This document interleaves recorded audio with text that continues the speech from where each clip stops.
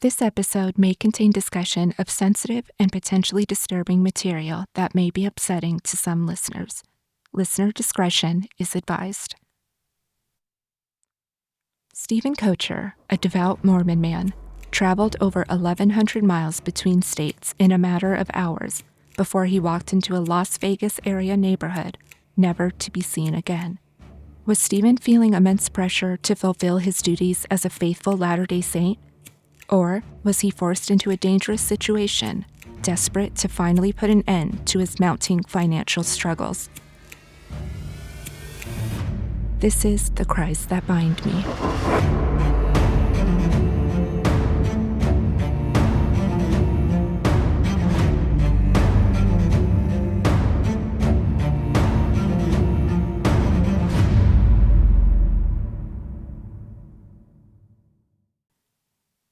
There are so many elements of Stephen Koecher's story that just don't add up.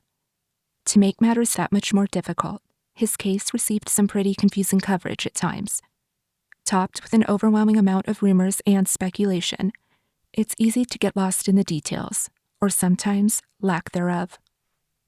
But to better understand why his disappearance is so frustratingly confusing, it's important to understand who Stephen was before he vanished. Rolf Koecher met Deanne while they were both attending Brigham Young University, or BYU. They were both devoted members of the Church of Jesus Christ of Latter-day Saints. In the past, it was commonly referred to as the Mormon Church. So when they were married sometime around 1976, there was no question that their children would also be raised in the church. Over the following years, Rolf and Deanne welcomed 5 children into the Koecher family: Matthew, Stephen, Lisa, Dallin, and Michael. Their second child, Stephen, was born on November 1st, 1979, in Amarillo, Texas. Growing up, Stephen was extremely close with both of his parents and all of his siblings, but he had an especially tight bond with his mom, Deanne. He loved nature and joined the Boy Scouts, offering him more opportunities to thrive in the outdoors. Aside from being active in sports and volunteering his time as a mentor for the Big Brother organization, Stephen was extremely artistic and had a strong passion for music. As soon as he picked up a guitar, he was hooked. He quickly taught himself how to play and began writing his own songs. It's never gone away. I don't wanna hurt you, I just can't see this ending well. But the epicenter of Stephen's world was his faith and strong devotion to the Church of Jesus Christ of Latter-day Saints. In 1998, Stephen graduated from Amarillo High School. Not long after graduating, he was called to serve on a mission, a great honor for young men of the LDS Church. Stephen flew to northeastern Brazil, volunteering his time to help the community and share the gospel of Jesus Christ, an incredibly fulfilling task for any member. To make his mission work that much more special, Stephen was serving in the same country his own father, Rolf, had served in years before. By the time Stephen returned home 2 years later, he was fluent in Portuguese, Brazil's primary language. He was reunited with his family in Bountiful, Utah, where they had moved shortly after Stephen's high school graduation. Not long after he had returned home, he enrolled in BYU in Rexburg, Idaho, where he earned his associate's degree in general studies. In 2003, he left BYU to attend the University of Utah. He graduated in 2005 with a BA in mass communication. By September of the same year, Stephen was working as a stringer, which is basically a freelance journalist or writer, for the Davis County Clipper, where his dad, Rolf, was the executive editor. In March of 2007, Stephen had moved on to work at the Salt Lake Tribune online edition, but the overnight shift was getting more and more difficult. Exhausted after working through the night, Stephen would have to sleep during the day, drastically limiting any opportunity for him to spend time with friends or stay involved in church activities. He tried to work through the terrible hours, but by July he had tapped out. He reluctantly left the Tribune and was hired 3 months later by Matchbin.com to sell advertising. Stephen made it through the holidays and yet another harsh Salt Lake City winter. Having grown up in Texas, the colder temperatures and heavy snow was hard for him to grow accustomed to. He complained over the years how much he disliked winters in Salt Lake, but by 2009 he had had enough. He packed up his things and moved 5 hours south to St. George, Utah, a move his parents weren't thrilled with, but they at least understood and supported him. He found a room for rent in a home located at 1734 Maplewood Way. The house already had one tenant living there, Jordan, who had been renting a different room for about 2 months before Stephen moved in. But just as quickly as Stephen had arrived in St. George, he was told his role at Matchbin.com just wasn't working out. He was let go in May of 2009, understandably devastating him. He had just up and left the stability he had in Salt Lake City for a fresh start in St. George, only to lose his source of income within a month. The worst part of it all was it was all happening during the Great Recession. If you Google the Great Recession, there are a ton of different explanations to choose from, but I'll give a brief overview. From December 2007 to June 2009, the U.S. economy tanked. Banks were lending out money to clients who frankly never should have been approved for a loan. People started failing to pay back their loans, and banks subsequently turned upside down. Inflation was put into play to try to help get the U.S. back on its feet. But with inflation came prices that a lot of people just flat out couldn't afford. Households struggled to pay bills. Homes were foreclosed on. Unemployment doubled from 5% to 10%. Businesses were closing left and right because no one could afford to shop or spend money on non-essentials. It was an insanely rough time for a lot of people.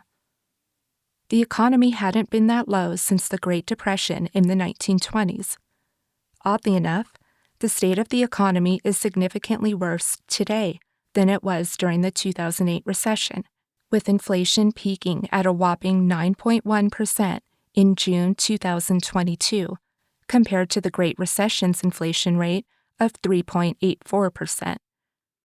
If you've seen recent home loan rates or have felt the pain of rising costs of food within the last few years, you should be able to understand how frustrating but also how frightening the uncertainty of it all was in 2008 and 2009. Stephen was stuck in this darkness, pushing out resumes and applications as quickly as he could. But by December 2009, Stephen was 3 months behind on rent. He was struggling to pay his bills. It was an extremely stressful period with no end in sight. Stephen's landlord, Brett, remained patient with Stephen. After all, it wasn't just Stephen who was struggling financially. Brett understood it was a devastating time for everyone, so he helped Stephen by paying the utility bills when Stephen couldn't afford it. But as Christmas crept closer, Brett and his wife started to feel the financial burden on their shoulders too. They had their own bills to pay, gifts to buy. They contacted Stephen a few times, asking for any update on when they could expect even a partial payment of what he owed them. After a while, Stephen didn't have any new information for them and stopped answering their phone calls. Of course, for Brett, not receiving what he was owed and now having his phone calls go unanswered left him pretty uneasy. Brett called Rolf and Deanne, Stephen's parents, to let them know of the money he was owed and Stephen's sudden lack of communication. On the one hand, Brett hadn't received payment in 3 months. Not very many landlords would be as patient or understanding. When Stephen stopped answering Brett's phone calls, he simply pulled up Stephen's rental application and called the contact listed. On the other hand, Stephen was 30 years old. He was a grown man. Yes, he may have been struggling financially, but to have your landlord call your parents at that age must have been unbearably frustrating and emasculating as an adult, and that's exactly how Stephen felt. When his dad, Rolf, called him to ask what was going on with rent, Stephen got agitated and hung up on him, something completely out of character. The next day, Stephen did send his dad a text apologizing for his behavior the night before, explaining he just wanted to be independent and make his own way. Totally understandable for a 30-year-old man. To make some money while looking for stable employment, Stephen got a job passing out flyers for a window washing company. When there was enough work, he was able to earn more money washing the windows himself. Some might feel defeated having to walk around all day, passing out flyers for just a few bucks. But Stephen was optimistic. He took his part-time gig seriously and worked hard to bring in business. Everyone felt more pressure as Christmas got closer. Money was tight, and not only did bills have to be paid, gifts had to be bought. Still, Stephen was excited to spend the holiday with his family. He had drawn one of his brother's names in the family gift exchange and was looking forward to picking out gifts for him. Always true to his faith, Stephen stayed involved in church meetings and activities during the holiday season. On Sunday, December 6th, Stephen attended church as normal. He socialized with his friends and other members of the church and even scheduled a time to help teach a fellow member at her house the following week. The next evening, December 7th, Stephen went to a Christmas dinner held at his local church. Wednesday, December 9th, marked another LDS event when Stephen attended Ward Temple Night until 8 p.m. An LDS temple is not the same as a church or chapel. While there are LDS churches open to all, whether they are members of the church or just visitors, a temple is reserved for faithful members as a dedicated house of worship. As a non-member, I can't explain what exactly takes place in a temple, but attending temple is looked at as an honor for the most dedicated members. Considering Stephen was so involved in church and the temple, it's obvious how much his faith meant to him. By all accounts, Stephen was a man of routine and didn't stray from his faith or do anything outside of his comfort zone, which is exactly why his unexplained trips over the span of mere hours left everyone desperate for any sort of an answer. Stephen did a lot of driving in the days before his disappearance. In fact, he drove over 1,100 miles to seemingly random locations in about 24 hours. Thanks to receipts, credit card statements, and cell phone pings, Stephen's stops along the 1,100-mile route were able to be pieced together. On December 10th, Stephen spent $13.10 on gas at a Maverick station in Salt Lake City, approximately 302 miles away from his home in St. George. 3 hours later, he made another stop in West Wendover, Nevada, where he made a purchase for $33.13 at a Pilot Travel Center, which is another gas station and convenience store combo. The distance traveled at that point was about 429 miles. At noon, Stephen arrived at a friend's ranch in Ruby Valley, Nevada. His friend wasn't home when he unexpectedly showed up on her doorstep, but her parents welcomed him inside for lunch. They talked for a couple hours and caught up before Stephen excused himself, telling them he had to get back on the road to visit family in Sacramento. His total mileage before leaving Ruby Valley was now at about 543 miles. At 3:44 p.m., Stephen's sister called him. They chatted for a few minutes, but oddly, Stephen never mentioned he was traveling. An hour later, Stephen pulled into a Tesoro gas station and spent $7.30. He was back in Salt Lake City and racked up approximately 784 miles thus far. His next stop was in Springville, Utah at 5:25 p.m. at another gas station. He spent $32.88 at the Flying J Travel Plaza and left with a new total of 831 miles. At 6:56 p.m., Stephen answered a phone call from his mom, Deanne. They talked about Christmas and made plans for him to go home for the holiday. Stephen had some more hours he wanted to work before Christmas, so he told Deanne he should probably be able to be back to the family home by December 23rd. She gently asked how he was doing financially, and after they hung up, she deposited money into his bank account to help with his bills. 30 minutes later, at 7:24 p.m., he bought dinner for $3.64 at a Taco Time location in Nephi, Utah. Based on his last location at the Flying J in Springville, Stephen should have arrived at Taco Time closer to 6:14 p.m. based on GPS mapping. The gap of approximately 70 minutes is unaccounted for. Finally, at 11:13 p.m., he pulled back up to his home in St. George, Utah. He traveled a total of approximately 1,091 miles that day, based on confirmed receipts and cell phone records. However, any mileage traveled in between is unaccounted for. Surprisingly, after such an incredible amount of driving the day before, Stephen worked on Friday, December 11th. As he was diligently passing out flyers in St. George, he found 2 young girls locked out of their house. He helped them search for a key but couldn't find any way to get back into the house. Stephen asked for the girls' mom's phone number, but after she didn't answer when they called, he helped them find a neighbor who let them into their house to stay warm while they waited for their mom to get home. At 9:19 the next morning, Saturday, December 12th, Stephen's phone pinged off a cell tower near Overton, Nevada. Several hours later, at 5:04 p.m., Stephen spent $18.08 on 6 gallons of gas and some snacks at a Shell station in Mesquite, Nevada. At 7:58 p.m., he spent $9.42 at a Kmart near his home in St. George.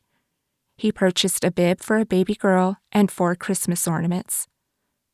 The drive from the Shell station in Mesquite to the Kmart in St. George is only about 45 minutes, yet it took Stephen almost 3 hours to get there.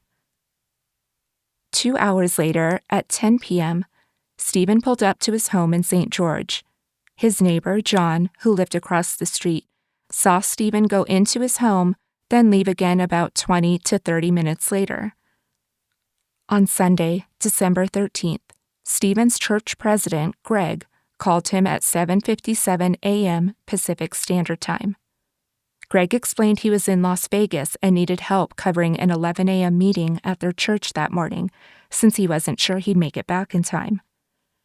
The 11 o'clock meeting in Utah was in Mountain Standard Time, which would have been 10 a.m. Pacific Standard Time, so Greg called Stephen about 2 hours before the meeting was to begin. Stephen told him he was also in Vegas but would drive back to the ward if Greg really needed him. Greg thanked him but said not to worry about it, since he was already on the road headed for St. George anyway. The phone call lasted under 2 minutes, and Stephen's side was pinged off a cell tower in a metro area in northern Las Vegas. 2 hours later, at 9:53 a.m. Pacific Standard Time, his cell pinged off a tower in the southern end of Las Vegas when another church member, Seth, called him. Seth asked if Stephen could announce the church's first ball game during the 1 o'clock service Stephen was scheduled to officiate that afternoon in St. George. But Stephen explained that he couldn't make the announcement or even officiate the service anymore since he was in Las Vegas. Another 2 hours later, at 11:54 a.m. Pacific Standard Time, Stephen was captured on a home security camera pulling into a neighborhood in an upscale retirement community in Henderson, Nevada, about 15 miles south of the Las Vegas Strip. He parked in the center of a cul-de-sac and walked past the same security camera 6 minutes later. He crossed the street out of view of the camera, never to be seen again. Stephen never told anyone why he was in Las Vegas on December 13th, 2009. He never told anyone why he traveled over 1,000 miles just a couple days before, either. It's left Stephen's family, friends, and even internet strangers trying to connect the few dots he's left behind. We've briefly touched on the confirmed timeline that took place the hours before Stephen vanished, but to further understand the significance and confusion behind his traveling, we should look at some of the people in Stephen's life during that time. When Stephen moved to St. George, he was able to rent a room in a house owned by Brett. Brett lived about 275 miles away at 311 West 170th North in Orem, Utah, but he traveled to St. George often to check on his house. Brett had rented out one of the 3 rooms in the house to a young man named Jordan, who was in his early 20s at the time. The master bedroom, which Brett held onto for himself, was locked and always off limits. The 3rd bedroom would become Stephen's just a couple months after Jordan moved in. Although Jordan was several years younger than Stephen, he tried to keep a friendly, casual relationship with his roommate. Jordan, who was social and had friends over at the house on a regular basis, seemed to be the polar opposite of Stephen. While Jordan and his friends sat in the living room, drinking beers and smoking weed, Stephen would stay in his bedroom with the door closed. Whenever he did walk out into any of the common areas, Jordan always offered him a beer and to sit and hang out with his friends. Stephen, being a devout Latter-day Saint, always declined the drinks. In fact, Stephen didn't even drink coffee based on his religious views, so being invited to drink and smoke was something he was never interested in. But still, the two kept a civil relationship. In fact, Jordan even went along with Stephen to a few church softball games, happy to be spending time with Stephen doing something he enjoyed and was comfortable with. While they led very different lifestyles, there never seemed to be any real issues between the two of them. Shortly after Stephen moved in, though, Jordan started to feel harassed by their landlord, Brett. Brett began to accuse Jordan of stealing from him and damaging the property, seemingly out of nowhere. There has been absolutely no indication that Jordan ever stole from Brett or damaged the house or property within it at any time, but Brett was relentless. It finally became too much stress for Jordan. He packed up all of his belongings in the middle of the night, passing packed boxes through his bedroom window to a friend outside. When he was done clearing his room, Jordan himself left the house through his bedroom window, not wanting to deal with any more confrontation with Brett.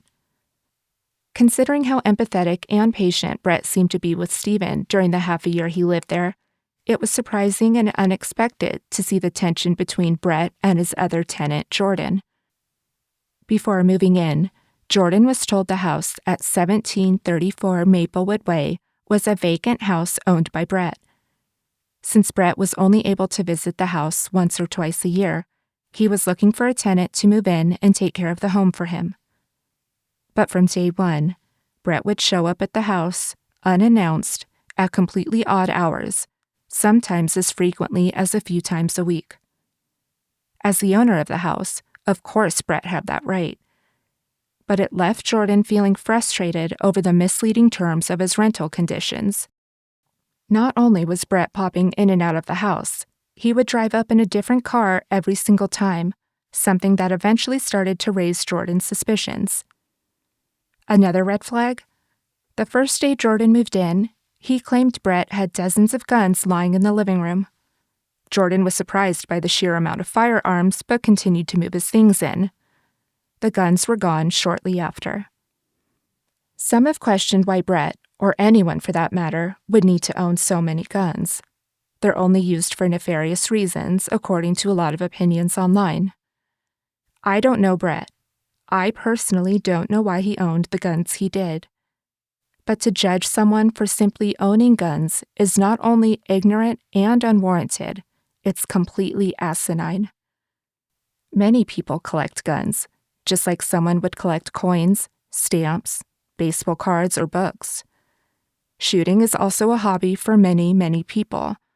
Whether it be target shooting at a range, setting up soda cans in the forest, or even hunting animals, recreational shooting is a pastime that goes back hundreds of years with no criminal ties whatsoever. Owning firearms is a constitutional right, much like freedom of speech or the right to a speedy and public trial. It is not fair to judge any one person based on how one may feel about firearms. Rather, and especially in this scenario, it would be more appropriate to take one's character and actions into consideration.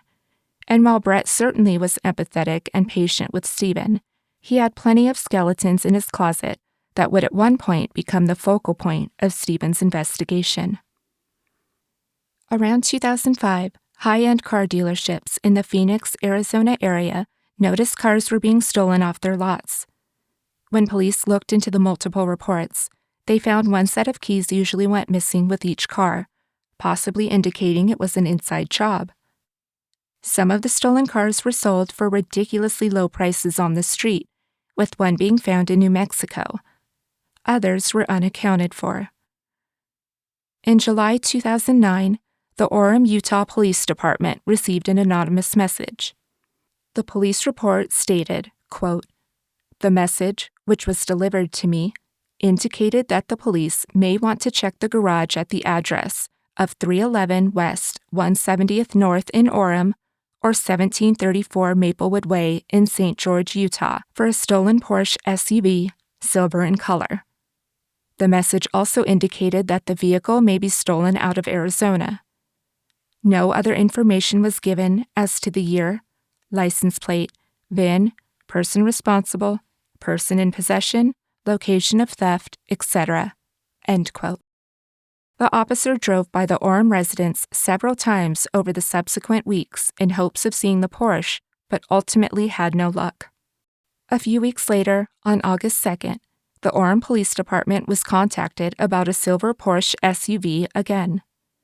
This time, the caller reported seeing the SUV in the garage at 311 West 170th North. The caller had personally spoken to the man living there and reported the resident told him he couldn't afford insurance or even the registration on the Porsche. Because of that, he kept the SUV in the garage under a tarp for the last 2 years. The caller named the man he spoke with as Brett. Police later obtained a search warrant for Brett's garage in Orem, where they would find a 2005 Porsche Cayenne SUV valued at roughly $100,000. When an officer ran the vehicle's VIN number, it came back as unknown. Upon closer inspection, the officer noticed a small piece of paper with the fake VIN taped on top of the actual VIN number. When the real VIN number was ran, it came back as the stolen 2005 Porsche Cayenne Turbo from Phoenix, Arizona. Also found in the garage were numerous license plates between the states of Nevada, Kentucky, Utah, and Arizona, some of which were not found in any database. Marijuana and related paraphernalia was found throughout the expansive garage, along with a medical marijuana card issued to Brett. Loose prescription pills were found with no corresponding prescription. Multiple prescription bottles were located with various names on them, including the names Max Richmond, Ora Barlow, and Wilma Spivak. Morphine bottles were also found with the patient names of Anne Marquez and Florence Nelson. Numerous boxes of ammo were found for a multitude of firearms. 10 different guns were listed in the police report, along with a homemade silencer. In all, officers had seized a total of 128 items from Brett's garage in Orem. Again, it's a constitutional right to own firearms, except in this case, Brett was legally prohibited from owning or being in possession of any firearms. Brett was a convicted felon. Brett had been arrested numerous times in the 1990s, with one arrest being a third-degree felony for fraud and false statement. He was charged with another third-degree felony in 2005 for larceny in the St. George area, to which he would later plead no contest. Despite Brett's criminal past, he was actually spoken very highly of by his previous bosses. When one business Brett was involved in had to shut down, his boss brought him along on a new business venture, a closed-door pharmacy. Unlike traditional pharmacies where customers can drop off and pick up their prescriptions, a closed-door pharmacy has no actual storefront. Instead, their business receives large quantities of medications, which they then repackage and ship to their patients. Brett was brought into the company to keep inventory of the medications and to handle local deliveries, usually to retirement centers and troubled youth centers. Although it hasn't been confirmed, it was believed some centers were handing Brett expired or unused prescriptions for him to properly dispose of later. It's expected this is how Brett was able to be in possession of so many prescription pills, including the bottles that still had the prescribed patients' names on them. Shortly after opening the business, the owner received an anonymous message stating one of his employees was stealing medication. Although they didn't specifically use Brett's name, the description they gave of the said employee was pretty obvious they were referring to Brett. Brett's boss confronted Brett and would later let him go. But the odd thing is, even with Brett being fired because of accusations of stolen medications, Brett was allowed to continue making deliveries for the company, allowing him access to various painkillers and opioids. The public has used Brett's past to speculate on his possible involvement in Stephen's disappearance. The general version of events typically plays out as follows. Stephen is 3 months behind in rent and hasn't been able to pay the utility bills. Although he's sending out resumes and applications daily, he's not able to secure a steady job or even an interview. After his parents find out about how much he's truly struggling financially, they approach him and offer to help, further upsetting Stephen. He had voiced multiple times how badly he needed to be independent and make his own way in the world. Although both his mom and grandma had recently given him money to help, he never used it. Feeling the pressure of his bills stacking up and now having to answer to his parents as a grown adult, Stephen was willing to take on smaller gigs to get his head above water. His landlord, Brett, was in possession of various pills that had high street value. Brett had a side hustle selling the painkillers and opioids he was stealing from the pharmacy business. He traveled between Utah and Nevada selling the stolen prescriptions to various customers. He sees his tenant, Stephen, is struggling. His first tenant, Jordan, had already moved out, putting more of a financial responsibility on Brett to get his mortgage covered. He approaches Stephen, either offering to pay him or to wipe his debt clean if Stephen would be willing to deliver a few packages for him. He doesn't tell Stephen what the packages are. After all, Stephen is a very reserved, religious man. He would never knowingly get involved in anything illegal. Brett gives Stephen a few packages, and Stephen begins traveling to each destination. He does a drop in the Salt Lake City area and purchases gas. From there, he drives into Nevada and does a couple more deliveries, again having to stop for gas in West Wendover. He continues on to Ruby Valley, where he makes a stop at a friend's ranch. He tells them he's headed to Sacramento, which we later learn is false. After lunch, he drives back to Salt Lake City and buys gas at a Tesoro station. An hour later, he stops at the Flying J Travel Plaza in Springville, Utah, the same Flying J that is right off the off-ramp on the way to Brett's house. He checks in with Brett, possibly to drop off the cash he collected throughout the day. He grabs a quick dinner in Nephi on the way back home to St. George, completing the day with roughly 1,100 miles driven. 2 days later, on Sunday the 13th, Stephen is in the Las Vegas area. His cell phone pings from northern Vegas to southern Vegas and eventually over to Henderson, 15 miles south of Las Vegas. While there, Stephen had to decline helping his church and even had to cancel a service he was already scheduled to officiate. Considering how involved Stephen was with the church, it's surprising to have him put them in a tough spot by his sudden absence. Right before noon, at 11:54 a.m., Stephen's car is recorded pulling into a retirement community called Sun City Anthem. Mysteriously, he drives deep into the neighborhood and parks his car in the only spot that isn't directly in front of a home, a small cul-de-sac located at the end of Savannah Springs Avenue. He seemingly sits in his car for 6 minutes, possibly waiting until noon to hit. He's captured on the same security camera, only this time he's on foot. Under his arm is a small bag or portfolio of some kind that he holds up against his side. He seems to be walking with a purpose, as if he knows where he's supposed to be headed. A second camera captures another angle as Stephen turns the corner of Savannah Springs Road, crossing the street onto Evening Light Street before rounding the corner out of the camera's view. What was supposed to be a quick drop-off for Brett turned into Stephen's ultimate demise. A shady customer was responsible for Stephen's death and disposed of his body before authorities were later called out to investigate. Now, again, that entire scenario is purely hypothetical and seems to be the most popular and accepted explanation for Stephen's disappearance. While it may seem far-fetched, the theory does go a bit deeper. Internet sleuths have been extremely dedicated to piecing together Stephen's case and have added the following details to the previous scenario. As Stephen left his parked car in the cul-de-sac, he knocked on the door of a house on Savannah Springs Road. When an older man answered the door, Stephen asked him, quote, "Do you want some money?" End quote.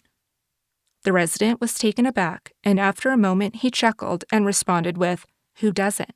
before Stephen continued walking towards Evening Light Street. This account has been confirmed by multiple sources, including local law enforcement. The theory suggests Stephen unknowingly knocked on the wrong door. When he asked the man if he wanted money, it could have been played out a few different ways. Either A, Stephen was nervous, and instead of asking for money for a possible delivery, Stephen instead asked if the man wanted money. As soon as he realized he had the wrong house, Stephen quickly left and began walking to the adjoining street. Or B, Stephen initially went to the wrong house and possibly used a sort of prearranged code question for the illegal transaction. Brett could have instructed Stephen to knock on his customer's door and ask, "Do you want some money?" signaling to the customer that Stephen was there on behalf of Brett. Or C, Stephen was supposed to drop off money with an associate of Brett's, but accidentally approached the wrong house before finding the correct one. Then, when Stephen did approach the correct house, he told whomever he was meeting how he had just goofed up and spoke with someone at a different house, thinking it was Brett's contact. Enraged and paranoid about being caught doing something illegal, the person Stephen was meeting killed him. It could explain why Stephen parked at the end of a cul-de-sac instead of pulling up out front of the designated house or even in the driveway. The retirement community had very few cars parked on its street, so there surely would have been plenty of available parking in front of the many houses. The fact that Stephen waited until exactly noon to get out of his vehicle may suggest he had a meeting at 12 o'clock close to where he parked his car. The same afternoon Stephen was last seen, a moving van arrived at 2260 Evening Light Street. Neighbors saw people quickly loading up moving boxes into the back of the van, and in less than 3 hours, the entire house had been emptied and the moving van gone. The owners, an older couple, lived in the main house at 2260 Evening Light Street. Their adult son, who was 41 at the time, lived in the casita or small guest house situated at the front of the lot. It was later confirmed the parents had moved 2.5 miles away into a much smaller condo. The couple had failed to pay their mortgage for several months, eventually losing their home to the bank. Despite them moving out, their son, Mark, stayed behind and continued living in the 250-square-foot casita while the main house remained empty. So how does Mark tie into this whole situation? There's a good chance Brett and Mark knew each other. You have just heard part 1 of the disappearance of Stephen Koecher. Part 2 will be available soon. For more information on this case, including relevant photos, full transcript, and sources used, please visit thecriesthatbindme.com.